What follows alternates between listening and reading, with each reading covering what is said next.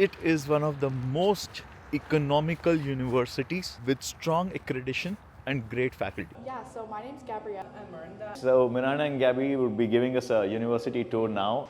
A unique thing about Post as well is we have an undergraduate degree in business, so you can then go on to do an MBA. Even though we're a smaller campus, we do have a very large athletic.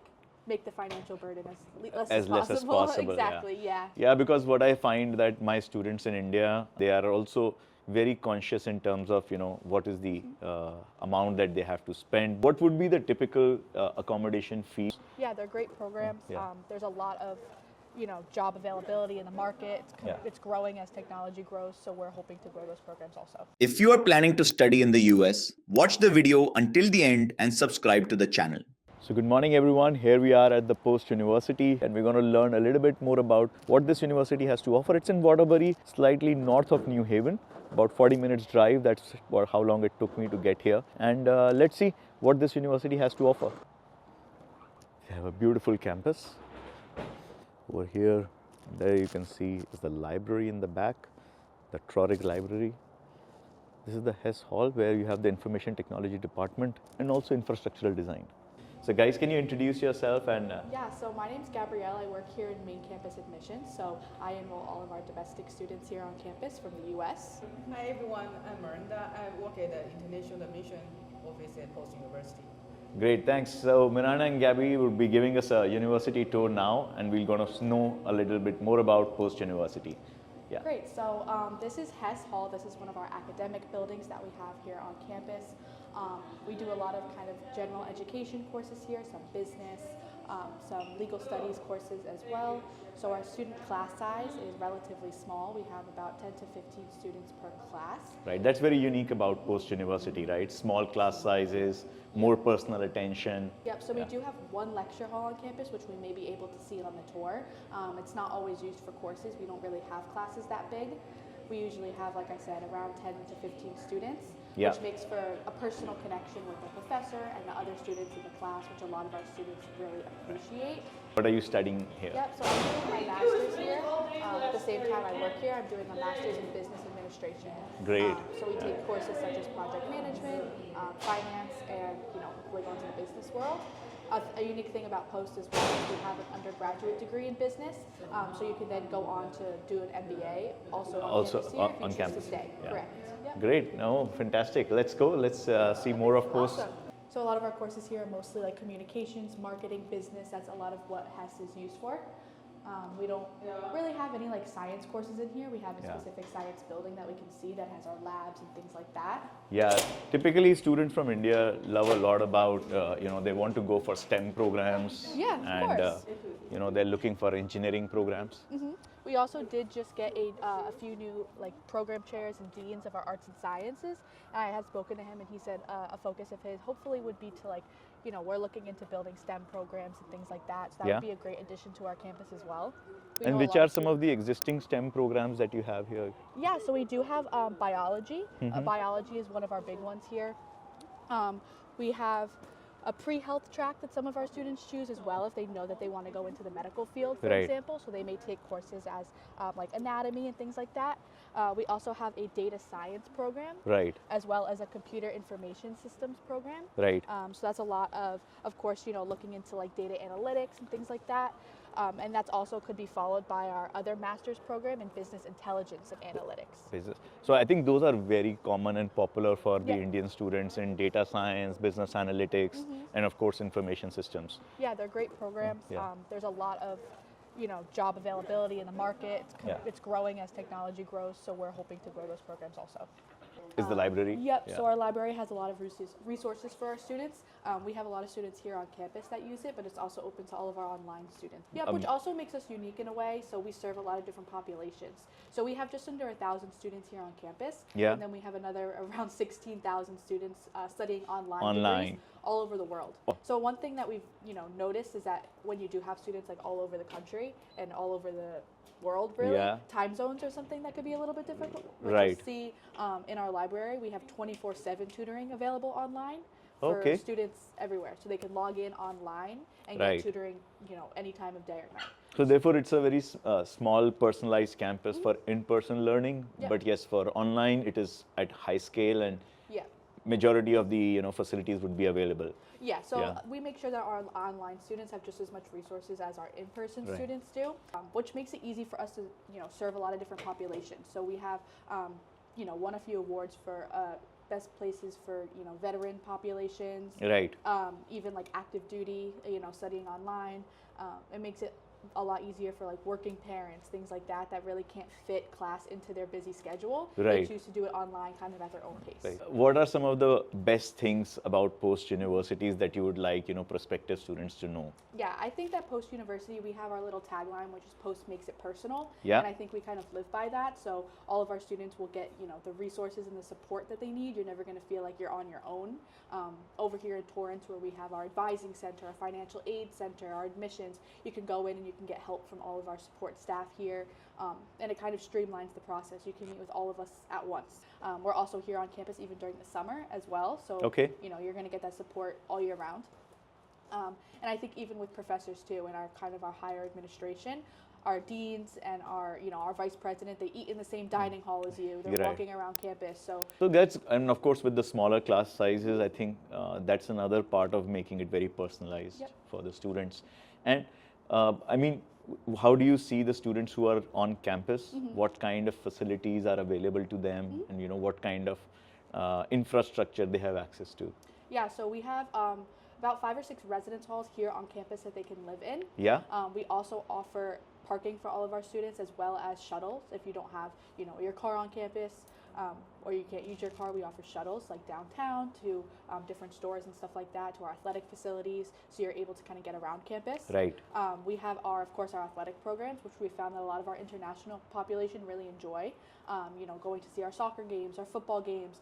Even though we're a smaller campus, we do have a very large athletic program that a lot of our students enjoy. No, you were telling about this, right? That the athletics is it's a Division 2 school, and Yeah. then for ice hockey it's Division 1. Correct. I think so. For anybody who's looking to engage in sports while they're studying, I think it becomes like a really good choice for them to. Yeah, absolutely. Actually, our soccer team right now is in the NCAA championship, like in the tournament. Right. So they've, advanced many years in a row. Yeah. Our baseball team last year won the CACC conference championship and went into the NCAA conference. So we have a lot of great athletic programs, here that Programs, are yeah. advancing even, to the higher performance, regional tournaments and things like that. So. Right. So I think, personalization, both in terms of attention to the students and smaller classrooms, so personalized academics, Yep. and of course, great opportunity for sports. And of course, you are also saying that, there's great accommodation available on campus. Yeah, for sure. What would be the typical accommodation fee for a student, if you would know? So housing, room and board typically is around $11,000 or $12,000 a year.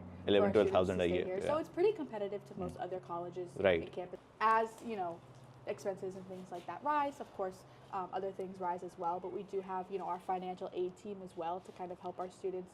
What kind of help they can get in terms Right. of like loans privately, things like that, to kind of make the financial burden As less as possible, yeah. Exactly. Yeah. Yeah, because what I find that my students in India, they are also very conscious in terms of what is the amount that they have to spend, not just on tuition, but also on living. So can you explain a little bit about the location of the university, how it is connected to other cities nearby, and where do students typically go after completing the university to find a job? Sure.